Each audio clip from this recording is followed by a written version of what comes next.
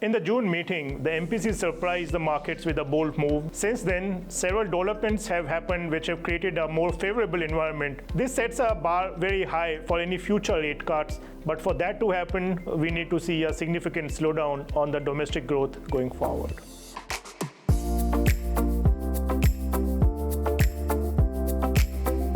Hello everyone. This MPC policy announcement came against a rather interesting backdrop. In the June meeting, the MPC surprised the markets with a bold move when it cut down the policy rates by 50 basis points, along with a 100 basis point of a CRR reduction. However, these dovish actions got overshadowed by a hawkish tone by RBI as the policy stance was changed to neutral, and the RBI signaled liquidity tightening through the use of VRRRs. The market did not take it lightly and had a negative market reaction post the policy, wherein the G-Sec yields went up by about 15 to 20 basis points all across the curve. Since then, several developments have happened which have created a more favorable environment for a balanced policy in the month of August. First, the inflation number for India have been coming pretty low. The month of May and June saw a significantly lower inflation numbers as against the expectations, which was largely driven by a sharp drop in the food prices. On monsoon front, rainfall has been coming out much better than expected. Cumulative rainfall as of now has been 4% higher than the long-term average, which has really supported well Kharif sowing and also the reservoir levels. This is very critical to make sure that the food inflation remained quite contained going forward. Even on the global front, we have seen the US Treasury yields have come off by about 20-25 basis points since the last MPC policy, which has really happened because of a weaker than expected non-farm payroll data, which has revived the hopes of a Fed rate cut by FOMC in the month of September. Lastly, even on the domestic growth side, we have seen the pressures building up.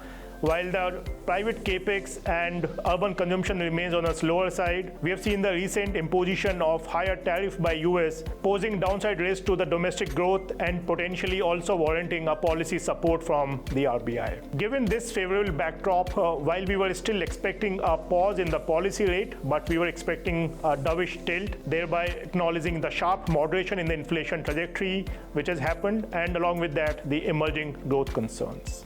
Instead, the MPC delivered a hawkish pause, maintaining a neutral stance. While the inflation projections for FY26 were lowered by about 60 basis points to 3.1%, the Q1 financial year 27 projections were still pretty elevated at 4.9%, which is largely triggered by an unfavorable base effect that we see as of now.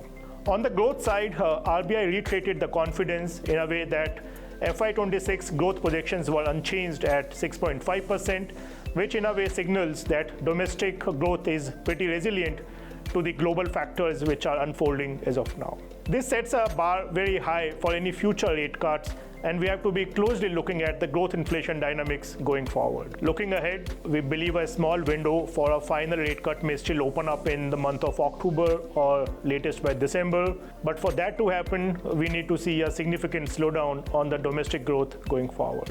The impact of US tariff and the pace of private capex recovery will be critical factors to watch out for going forward. And if they were to indicate a slowdown happening, it will possibly open up the space for RBI to do one last rate cut in this calendar year. On the liquidity front, the RBI governor provided some bit of a relief by assuring the market that adequate liquidity would be maintained in order to support the credit growth and also to facilitate the rate transmission. The new liquidity framework has been introduced and it has not recommended any meaningful changes as of now. As we approach towards the last leg of the rate cut cycle, I think it's time to recalibrate the return expectations also from the fixed income strategies, as possibly going forward, the capital gain opportunities may be limited in a way. Having said that, the risk reward remains pretty attractive for the debt funds. Post policy, we have seen the market yields having gone up by about 8 to 10 basis points, which is in addition to about 10 to 15 basis points of a rate hardening, which we saw post the June rate cut. Meanwhile, the headline inflation has dropped sharply to about 2%, and is expected to stay moderate going forward as well.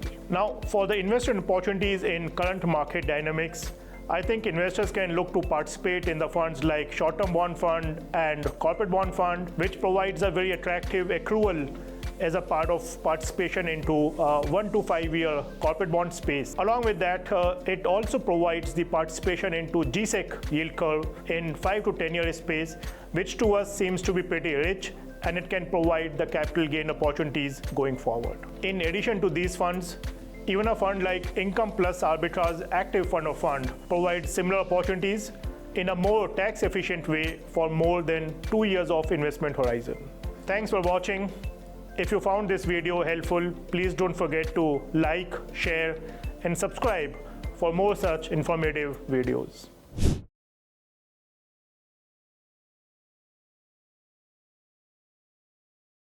Mutual fund investments are subject to market risks. Read all scheme-related documents carefully.